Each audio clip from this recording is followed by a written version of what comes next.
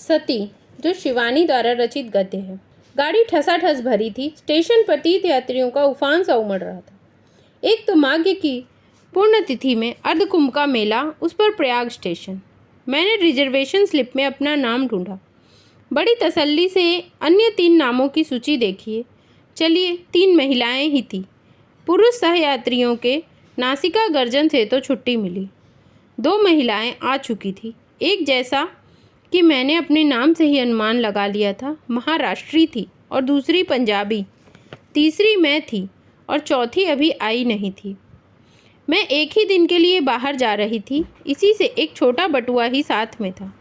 आसपास बिखरे दोनों महिलाओं के भारी ठसाठस सूटकेस, स्टील के बक्स और मेरू पर्वत से ऊंचे ठसे कसे होल डाल देखकर मैंने अपने आप को बहुत हल्का फुल्का अनुभव किया। वैसे भी मैं सोचती थी, बक्स होल्डाहीन यात्रा में जो सुख है वह अन्य किसी में नहीं। चटपट चढ़े और खटपट उतर गए। न कुलियों की हथेली पर धरे द्रव्य को अवज्ञापूर्ण दृष्टि से देखकर ये क्या दे रही हैं साहेब कहने का भय, न सहयात्रियों के उपालभ की चिंता। मेरे साथ की महाराष्ट्री महिला ने अपने वृद्धाकार स्टील के बक्स एक के ऊपर एक चुनकर पिरामिड से सजा दिए। लगता था वे प्रत्येक वस्तु के लिए स्थान और प्रत्येक स्थान के लिए वस्तु की उपादेयता में विश्वास रखती थी। वे स्वयं बड़ी शालीनता से लेटकर एक सीध में 2 तकिए लगाए एक मराठी पत्रिका पढ़ने में तल्लीन थी। दूसरी पंजाबी महिला के पास एक सूटकेस, टोकरी और बिस्तरा ही था, पर तीनों बेतरतीबी से बिखरे पड़े थे। उनका एक सुराहीदान, जिसकी एक टांग अधिकांश सुराहीदान की भांति कुछ छोटी थी, बार बार लुढ़क कर उनको परेशान किए जा रहा था। वे बेचारी चश्मा उतार कर रखती, हाथों की जासूसी अंग्रेजी पुस्तक, जिसे पढ़ने में उसे पर्याप्त रस आ रहा था, औंधी कर बर्थ पर टिकाती, झुंझला कर सुराहीदान ठिकाने से लगाकर जैसे ही हाथ की पुस्तक रस में डुबकी लगाती, सुराहीदान फिर लुढ़क जाता। मुझे उनकी उलझन देखकर बड़ी हंसी आ रही थी। वैसे मैं उसकी परेशानी काफ़ी हद तक दूर कर सकती थी, क्योंकि सुराहीदान मेरे ही पास धरा था। मैं उसकी लंगड़ी टांग को अपनी बर्थ से टिकाकर लुढ़कने से रोक सकती थी, पर सुराही को ऐसी बेतुकी काठ की सवारी में साथ लेकर चलने वालों से मुझे कभी सहानुभूति नहीं होती। पंजाबी महिला संभवतः किसी मीटिंग में भाग लेने जा रही थी, क्योंकि साथ एक मोटी सी फाइल भी चल रही थी, जिसे खोल वे बीच बीच में हिल हिल कर कुछ आंकड़ों को पहाड़ों की भांति रटने लगती और फिर बंद कर उपन्यास पढ़ने लगती। उनकी सलवार कमीज, दुपट्टा, यहाँ तक कि रुमाल भी खद्दड़ का था। शायद उसी के संघर्ष से उसके नाक लाल का सिरा और भी अबीरी लग रहा था। उसके चेहरे पर रोब था, किंतु लावण्य नहीं। रंग गोरा था, किंतु खाल में हाथ की बुनी खादी का सा खुरदरापन नहीं। ठुड्डी पर एक बड़े से तिल पर 2-3 लंबे बाल लटक रहे थे, जिन्हें वे उंगली में लपेटती छल्ले सा घुमा रही थी। या वे प्रौढ़ा कुमारी थी या फिर विधवा, क्योंकि चेहरे पर एक अजीब रीतापन था। जीवन की उल्लास में एक आध रेखा मुझे ढूंढने से भी नहीं मिली। जासूसी पुस्तक को थामने वाले हाथों की बनावट मर्दानी और पकड़ मजबूत थी। ये वे हाथ नहीं हो सकते, मैं मन में सोच रही थी, जो बच्चों की मीठी लोरी को थपकन देकर सुलाते हैं, पति की कमीज में बटन टाकते हैं या चिमटा संसी पकड़ते हैं। ये वे हाथ नहीं, जिनकी हस्तरेखाओं को उनकी कर्म रेखाएं धूल कालिक की दरारों से मलिन कर देती हैं। मेरा अनुमान ठीक था।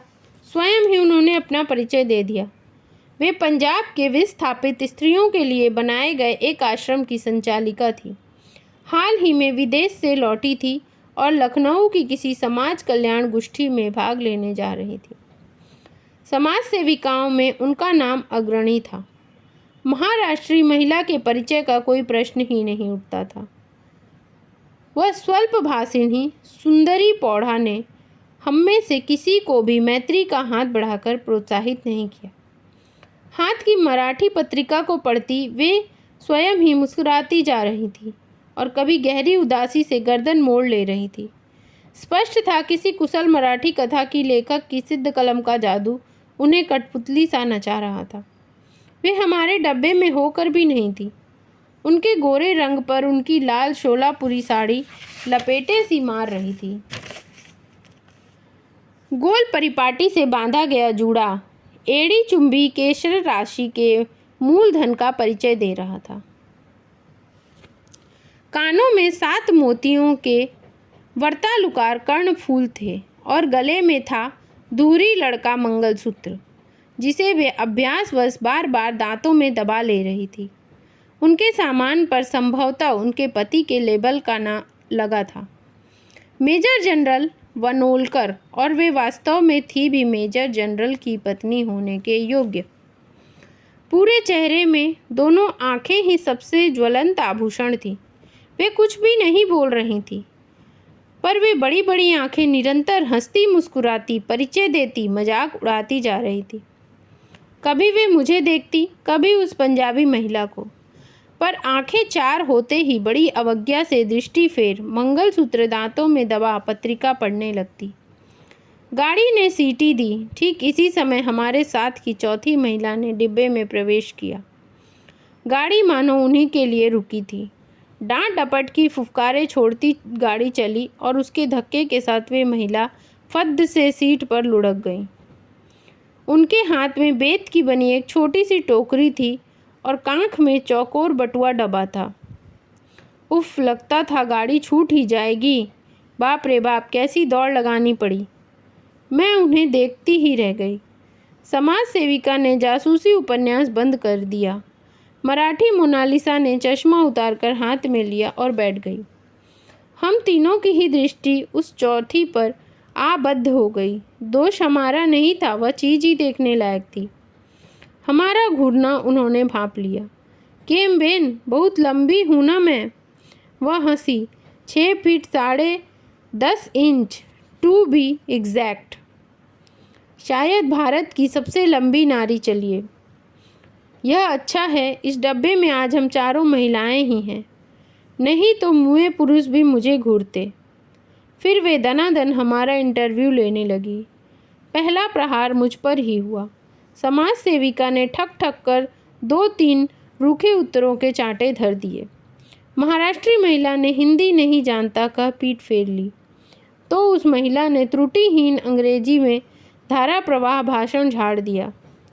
मुझे मदालसा कहते हैं, मदालसा सिंगोड़िया। कल ही प्रिटोरिया से आई हूँ अपनी पति की मृतदेह लेने। मैं चौंक गई। समाज सेविका ने अपने रूखे व्यवहार पर लज्जित होकर चट आगे बढ़े उसके दोनों हाथ थाम लिए। अरे राम राम, कोई दुर्घटना हो गई थी क्या? उन्होंने बड़े दर्द से पूछा। मदालसा की वेशभूषा में सद्य वैधव्य का कोई चिन्ह नहीं था। वे लंबी होने पर भी पठानिन सी गठे कसे शरीर की लावण्यमयी गत यौवना थी। उनके बाल किसी नामी सैलून में कटे संवरे लग रहे थे। उनकी धानी रेशमी साड़ी को वो हाफ पैंट की भांति ऊपर चढ़ा दोनों पैर को पालथी मारकर आराम से जम गई। असल में पिछले वर्ष एक पर्वतारोही दल के साथ मेरे पति भारत आए थे।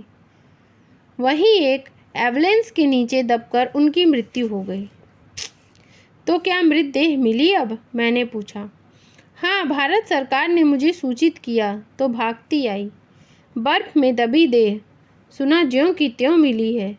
मेरे बुने स्वेटर का, जिसे उन्होंने पहना था, एक फंदा भी नहीं टूटा। मृत पति की स्मृति में उन्हें भाव विभोर कर दिया। बटुए से मर्दाना रुमाल निकाल वे कभी आंखें पोंछने लगी, कभी अपनी सूप नखासी लंबी नाक। बेचारी करती भी क्या? कोई भी जनाना रुमाल उस नाक का अस्तित्व नहीं संभाल सकता था। अचानक हम तीनों को बेचारी मदालसा 1 वर्ष पुराना वैधव्य एकदम ताज़ा लगने लगा। तो क्या आप अपने हस्बैंड का डेड बॉडी लेकर प्रिटोरिया फ्लाई करेगा? महाराष्ट्री महिला ने पूछा। नहीं बेन।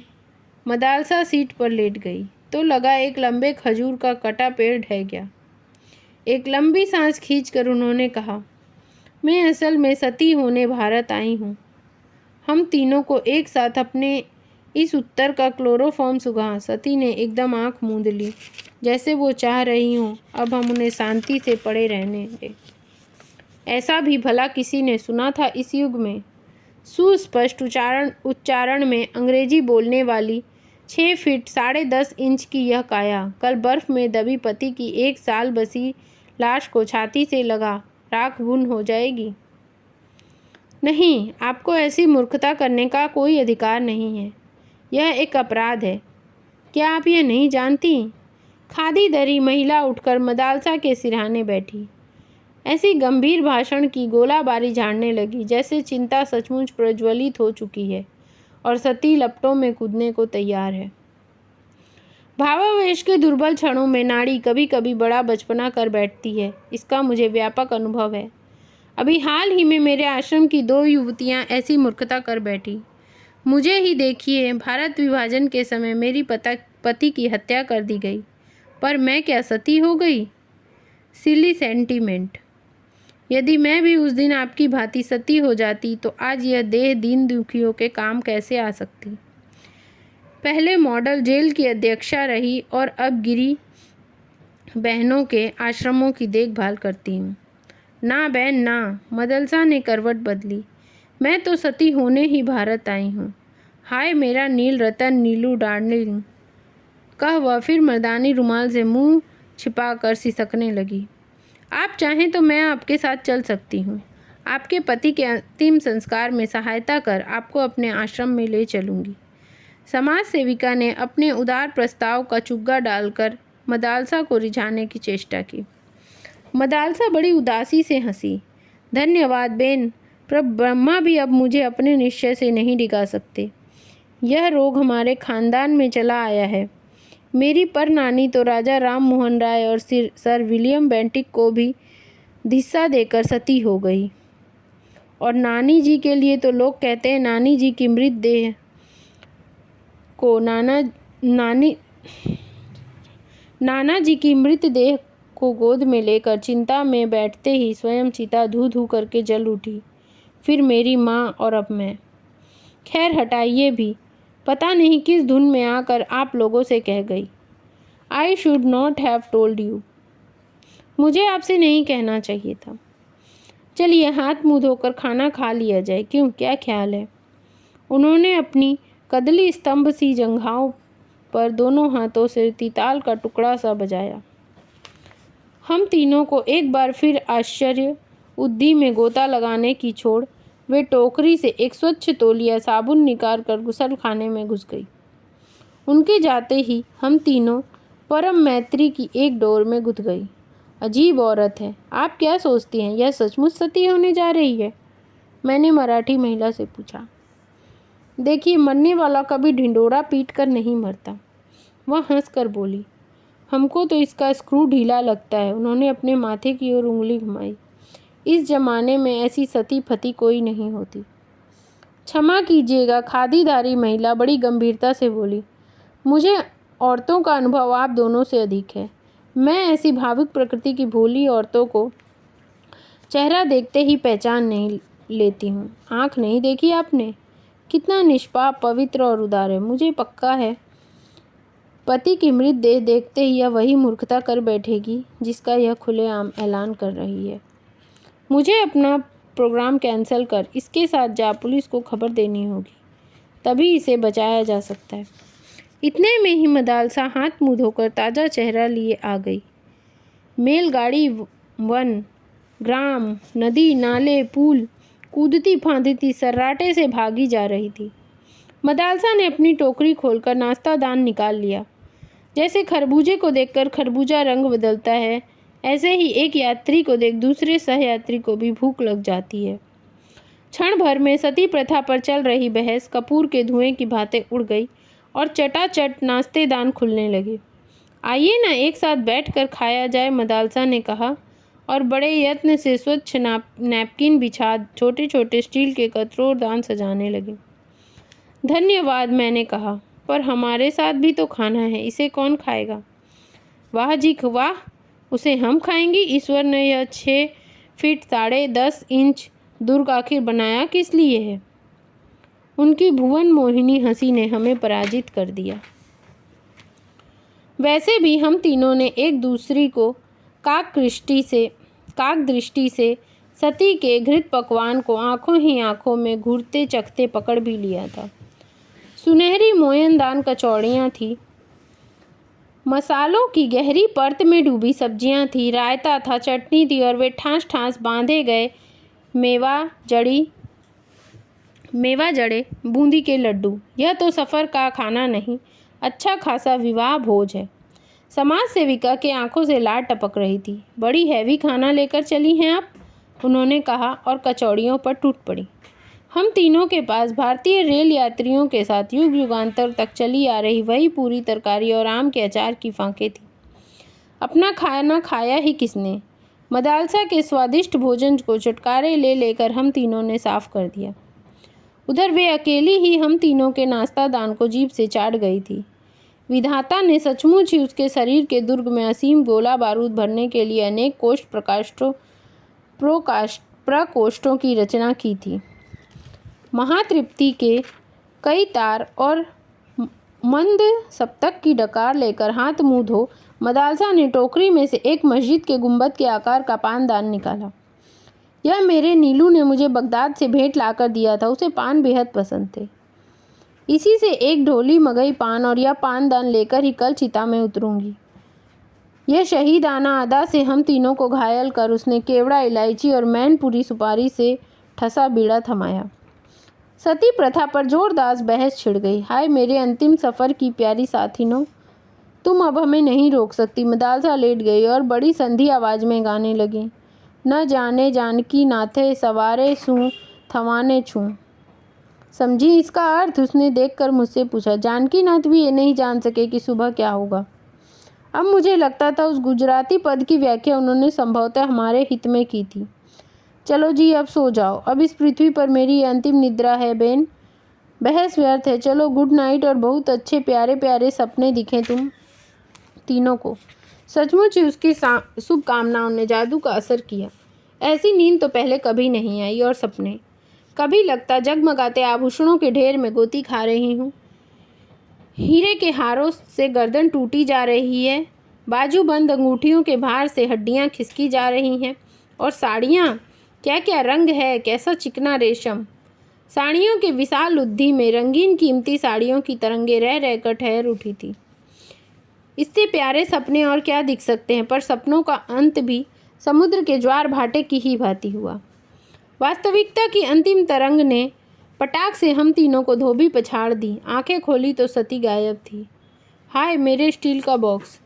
मिसेज वनोलकर वर्थ से उतरते ही लड़खड़ा गई।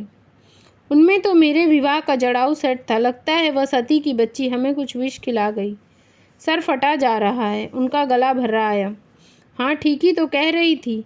मुझे कोई जैसे सावन के झूले की ऊंची ऊंची पेंगे दे रहा था। पूरा डिब्बा गोल गोल घूम रहा था। पंखे के चारों ओर बल्ब, बल्ब के चारों ओर छत, छत के इर्द गिर्द कई रेशमी साड़ियाँ, भारी भारी आभूषण पहने मैं लट्टू सी घूम रही थी। कभी जी में आ रहा था जोर जोर से हंसूं, कभी दहाड़े मारकर रोने को तड़प रही थी। बहुत पहले एक बार भाभी ने भांग खिलाकर ऐसी ही अवस्था कर दी थी। सुना गया है कुकुरमुत्तों को पीस कर बनाया गया विष भी ऐसे ही मीठे सपने दिखाता है। उनको खाते ही गहरी नींद आ जाती है जो कभी कभी कई दिनों तक नहीं टूटती। मीठे सपने दिखा सहज मनुष्य को अर्धविच्छिन्न सा कर देने वाला यह अवश्य वही विष होगा। समाज सेविका दोनों हाथों से सिर थामे बिलख रही थी। हाय मैं तो लुट गई। मेरे सूटकेस में आश्रम का 10,000 रुपया था और मैं सहसा गोल गोल घूमते रेल के डब्बों में गोल घूमते मेरे दिमाग ने मुझे सूचित किया मेरा बटुआ ले गई। बटुआ और ले भी क्या जाती, सामान तो कुछ था नहीं। 55 रुपये और एक फर्स्ट क्लास का वापसी टिकट। सती की चिता में यही सामान्य शीघ्रता होती दे पाई। चेन खींचकर गाड़ी रोकी। सचमुच ही समाज सेविका को पुलिस को खबर देनी पड़ी, पर सती को बचाने नहीं, पकड़वाने के लिए। वह मिल जाती तो शायद हम तीनों स्वयं उसकी चिता चुनकर उसे झूक देती। पर कहना व्यर्थ है, आज तक पुलिस उस सती मैया के फूल नहीं चुन पाई।